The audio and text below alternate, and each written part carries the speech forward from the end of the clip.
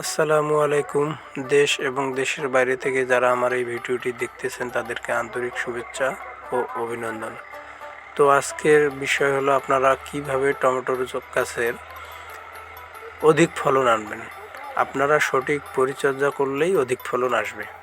যেমন আপনি গাছের স্প্রে শিডিউল ঠিক মতো করবেন, গাছ সুস্থ থাকবে, ফুল অবশ্যই গাছের মধ্যে আসবে এবং ফলও সেটিং হবে। তবে ফল যদি সেটিং এখন না হয় তাহলে আপনারা কি করবেন?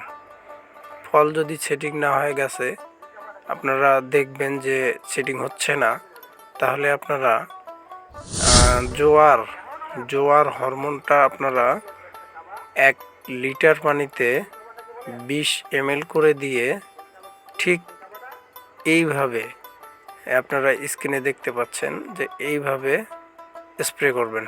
প্রতিটা ফুল ঝোপাটা আপনারা হাতের তালুর মধ্যে করে নিয়ে জাস্ট একটা চাপ দিলেই যথেষ্ট। একটা ঝোপা হাতে নেবেন, এক চাপ দিবেন, যথেষ্ট, আর লাগবে না।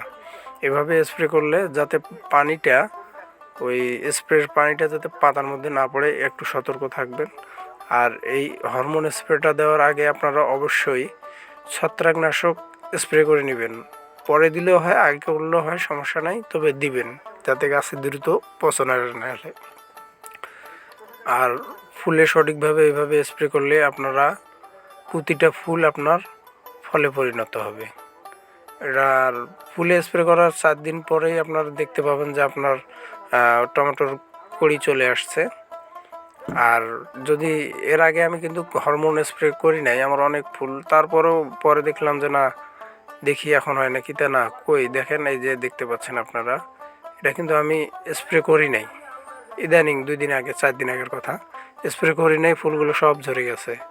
অথচ ওর সাইডে একটা গাছ দেখতে পাবেন আপনারা, এই যে গাছটা, এই গাছটা কিন্তু আমি হরমোন স্প্রে করছিলাম।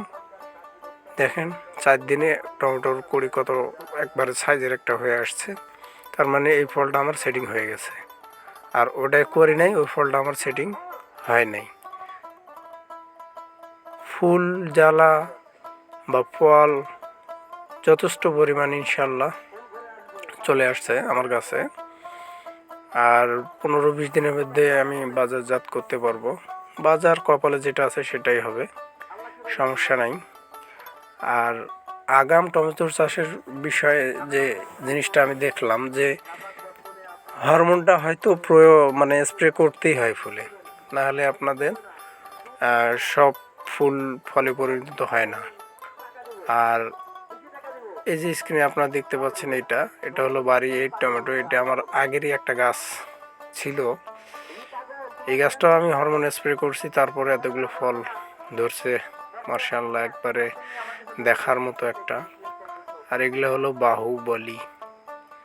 বাহুবলী টমেটোর জাত। এটা টমেটোটা খুব সুন্দর সাইজ চলে আসছে। আর গাছের পরিচর্যা বলতে আপনারা স্প্রেটা সঠিকভাবে নিয়ম মেনটেন করেই করবেন। যে হ্যাঁ, আমার গাছ সুস্থ আছে, এখন আর স্প্রে করে কি করব। আপনার যখন দিয়ে গাছে পোকার আক্রমণ হয়েই যায়, তাহলে তো আপনাদের ক্ষতি হয়েই গেল। তাহলে আপনি আর পরে স্প্রে করে ওই গাছ আর সুস্থ করা ওইরকম হয় না, হয় তো আগের মতো হয় না। সুস্থ গাছ সুস্থ আছে, সুস্থ থাকা অবস্থায় আপনি স্প্রে করলেন, আপনার সমস্যা কি? কৃষি বিষয়ে নিয়মিত ভিডিও পেতে আমার চ্যানেলটাকে সাবস্ক্রাইব করে সাথেই থাকবেন। ধন্যবাদ। আসসালামু আলাইকুম।